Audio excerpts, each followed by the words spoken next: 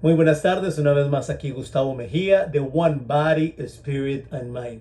Y ahora vamos a continuar con este estudio que hemos empezado hace unas semanas atrás sobre psicología y fe con los lentes de la teología del cuerpo. Y el día de hoy vamos a hablar de un tema muy interesante. Vamos a estar hablando sobre nuestras heridas. ¿Y por qué las heridas? Porque siempre nuestras heridas serán el punto más vulnerable para la tentación. Será ahí donde se den situaciones de pecados. Claro, no confesamos nuestras heridas porque estas no son pecados. No confesamos la tentación porque tampoco son pecados. Pero yo los invitaría a todos ustedes que durante su examen de conciencia sigamos la ruta del pecado, sigamos la ruta de la tentación para llegar a la herida y ahí pedir sanación. La sanación va de la mano de la salvación. Para ser personas íntegras, realmente tenemos que comenzar por sanarnos. Ahora, nuevamente es ese triángulo que existe entre heridas, tentaciones y pecado. Cada una es algo completamente diferente, pero todas están conectadas y una lleva a la otra. ¿Por qué somos tan tentados precisamente donde más somos heridos? Porque es que ahí es donde buscamos una ayuda, ahí es donde buscamos disipar el dolor. La tentación busca llenar un vacío, busca calmar un problema o curar algo que está herido. Y entre más profunda la herida, más fuerte será la tentación. La herida lleva a la tentación y la tentación, si Dios no mete su mano, me va a llevar al pecado. Ahora, yo soy el que pido esa ayuda de Dios para que Él meta su mano. Ahora, mientras no trabajemos la herida, será muy difícil superar el pecado. Y muchas veces hemos hecho ya de todo. Pero el pecado recurrente sigue ahí. Y detrás de cada pecado recurrente, déjame decirte, hay una herida interior profunda. Cuando llevamos 5, 6, 7, 10 años pidiéndole al Señor sobre algo y parece como que Dios no dice nada. Eso quiere decir que nos está pidiendo que resolvamos esa situación de otra manera, que vamos a fondo, ¿verdad? Es tan importante saber interpretar el silencio de Dios.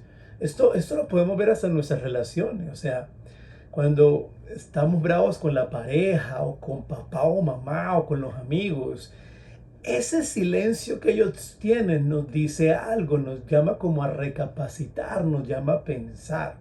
Así que de la misma manera tenemos que interpretar el momento en el que Dios se queda callado, porque en ese momento Él está trabajando. Ahora, ¿cuál es la herida que más nos daña? Yo diría que la herida que más nos daña es la que no se ve. Eh, Esa es la herida que más nos afecta, ¿verdad? Y que nos afecta especialmente en el crecimiento. Es importante que conozcamos nuestras heridas porque realmente lo que no se abraza no se redime. Ahora, tenemos que saber que en el proceso de sanación eh, es un proceso que requiere paciencia, ¿verdad? Que requiere trabajo, requiere establecer una relación de confianza con Dios. O sea, no es un fast food, no es un drive-thru. O sea, vivimos en una generación de remuneración inmediata, de gratificación inmediata, y todo lo queremos inmediatamente. Que si Dios puede hacer un milagro y sanarnos, Él sí puede, pero no es la forma favorita de actuar de Él. A Él le gustan los procesos porque los procesos nos van sanando. Algo que tenemos que tener en cuenta es que todos los traumas son experiencias vividas, ¿verdad? No es algo abstracto que nos imaginamos, es algo que vivimos. Pero no todas las experiencias generan trauma o no todas las experiencias generan una herida. O sea, todo depende de la manera en que se está manifestando en nuestras vidas. Ahora, para acercarnos a la herida, yo les voy a invitar a que nos acerquemos desde las 4 ciencias que hablamos antes. Vamos a hablar desde la neurología, qué pasa en el cerebro en un momento de trauma. Vamos a hablar desde la filosofía, desde la psicología y desde la teología en cada una de estas. Y quiero que comencemos por la neurología. ¿Cómo se genera un trauma en el cerebro? ¿Qué papel juega la neurología en ese proceso de sanación? Las personas que han sufrido eventos traumáticos parecen como quedar atrapadas en ese momento y dejan de vivir en el presente. Por eso son personas que normalmente pierden la esperanza y hasta desarrollan un impedimento para soñar, ¿verdad? Si algo me pasaba cuando trabajaba con víctimas de tráfico humano y víctimas de abuso sexual, es que cuando estábamos hablando de síntomas, yo les decía a ellos, ¿cómo te ves en un futuro? ¿Cuáles son tus sueños? Y da la casualidad que estas personas quedaban confusas ante esa pregunta, o sea, no podían ver más allá. Se han hecho varios estudios que han demostrado que las personas que que han vivido un trauma, viven como en un estado de hipervigilancia, ¿verdad? Y esto hace que estas personas incrementen las hormonas de estrés y se les hace difícil distinguir entre una información que es realmente importante, a lo que hay que prestar atención, o una información irrelevante. ¿Y qué pasa con esto? Que de cierta manera esto deteriora la voluntad y el entendimiento. En las personas que han vivido un trauma, el área del cerebro encargada de procesar el lenguaje disminuye su actividad en el momento de hablar del trauma. Es como un efecto similar al que sufre en el cerebro una persona cuando está teniendo un infarto. Por esta razón es que la persona pierde la capacidad de poner sus pensamientos y emociones en orden, de poner sus pensamientos y emociones en palabras. Por eso muchas personas no logran contar lo que pasó, ¿verdad? Y el hecho de que no logren contar o interpretar lo que pasó les deja una herida de confusión muy profunda. Ahora, algo más que se descubrió es que mientras esta área, la actividad disminuía, había otra área del cerebro que se activaba de forma bastante inusual. Y era el área encargada de procesar imágenes nuevas. Esa área procesa las imágenes y rápidamente las dirige a diferentes áreas del cerebro. Ahora, las personas cuando habían sufrido un trauma, aun cuando la historia pasó hace años, esa área de imágenes nuevas nuevamente cobraba actividad. Esto sugiere que la estaba recordando como si estuviera pasando actualmente.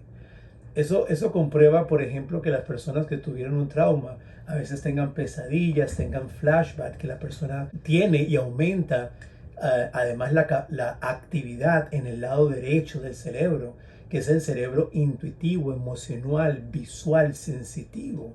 Mientras que el lado izquierdo del cerebro, que es el área del lenguaje, de la secuencia, de lo analítico, disminuye. Esto impide a la persona organizar la experiencia en una secuencia lógica. Y sin esta secuencia no podemos tener claro las causas y consecuencias de lo que pasó. ¿Qué pasa? Cuando yo tengo claras las causas, las consecuencias, entonces puedo crear un plan para el futuro. Pero cuando no logro crear un plan para el futuro, entonces quedamos a la merced de heridas y de mecanismos de defensas. Quedamos atrapados por la herida que esta experiencia traumática nos causó. Por esto, cualquier cosa que detone un recuerdo a una persona que ha tenido un trauma hará que la amígdala, que es el centro de defensa de la persona, se active todo el tiempo. Y esta activación de la amígdala va a crear hormonas de estrés. Este estado elevado de estrés, de hormonas de estrés, causa a muchas personas pérdida de la memoria, pérdida de la atención, pérdida del ánimo, como que no tenemos ánimo de nada y a veces no sabemos ni por qué. Muchas veces pérdida del sueño. Eso quiere decir que altera completamente el sistema nervioso. Recordemos que el cerebro tiene dos componentes fundamentales. Está el cerebro racional y está el cerebro emocional. El emocional maneja toda el área psicológica que identifica peligro, seguridad, emociones, deseos, entre tantos, ¿verdad? Ahí está, por ejemplo, el sistema límbico y el cerebro reptil, que son la parte más antigua del cerebro. La más antigua, por supuesto, es la amígdala, donde está el cerebro reptil, que es la encargada de necesidades básicas como dormir, como notar que hay un dolor, ¿verdad? Ahora, encima de esa parte, es como si más o menos esta fuera la amígdala. Ahora, encima de esa parte nos vamos a encontrar el sistema límbico, que es lo que se le llama el cerebro mamífero, que es el encargado de procesar las emociones, de monitorizar los peligros, ¿verdad? Es quien juzga lo placentero de lo doloroso. Digamos que esta parte, el cerebro límbico, sería como el árbitro que cuida la sobrevivencia. Ahora, encima de esta parte, vamos a encontrar la parte más nueva del cerebro, la parte racional, que es quien nos ayuda a entender, a darle sentido al mundo. Gracias a esta parte, usamos el lenguaje, el pensamiento abstracto, la creatividad, tomamos decisiones racionales, tenemos empatía por otros, ¿verdad? La unión de estos dos, hay una complementariedad que nos ayuda a navegar en este mundo de forma sana. Los más grandes intérpretes del cerebro son el tálamo, que es el que le da como la coherencia a lo que estamos viviendo, la amígdala, que es la que detecta peligros y nos ayuda en la sobrevivencia, y la corteza prefrontal, que es que nos ayuda a reaccionar apropiadamente.